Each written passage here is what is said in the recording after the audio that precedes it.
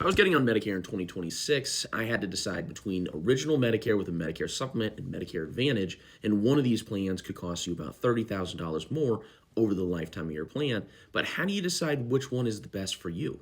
When someone first gets on Medicare, the number one mistake that I see people make is that they're shopping based on price, like they've done basically their entire life. But they don't understand the ramifications and the long term effects of the decision they're making if they're only shopping based on price. They look at their options and they see a Medicare Advantage plan over here. Maybe has a $0 premium, maybe something small, includes something like dental, vision, hearing, gym memberships, a lot of these extra stuff. They see some good commercials on TV for them as well. Then they look at the Medicare supplements and they see, oh, it's $50 at a minimum, it's $150, $300, $400 a month.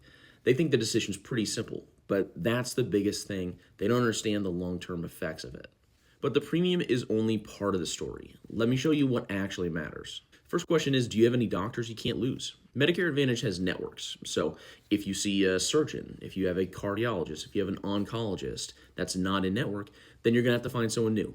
With a Medicare supplement, you can see any doctor in the United States that accepts Medicare. No referrals, no doctors' networks, and no prior authorizations. So if you do have an established relationship with a specialist or a set of doctors, Medicare supplement might be the best route for you. But if you're relatively healthy, don't have too many specialists, and you're okay starting with a new person, Medicare Advantage might be the way to go for you. Question number 2 is, how do you feel about a max out of pocket? Can you afford a $9,000 bill?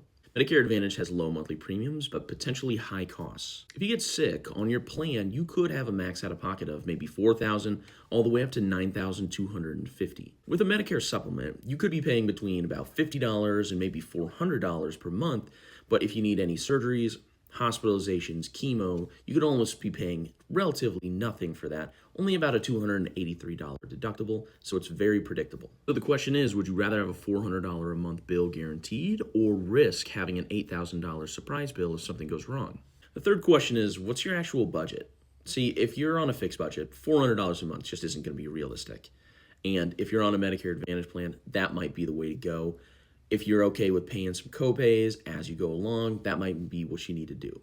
But with the Medicare supplement, if you can't afford the premiums and you want the peace of mind, let's go that route. There's no right or wrong answer. It's all about what fits your financial situation. Now, there is one Medicare Advantage mistake I see people make all the time that I'm going to go over here a little bit later. But if you have any questions, feel free to click the Get Offer button here. I'll send you my 2026 Medicare Planning Guide completely free to you. But if you have any questions, feel free to follow along for more Medicare information.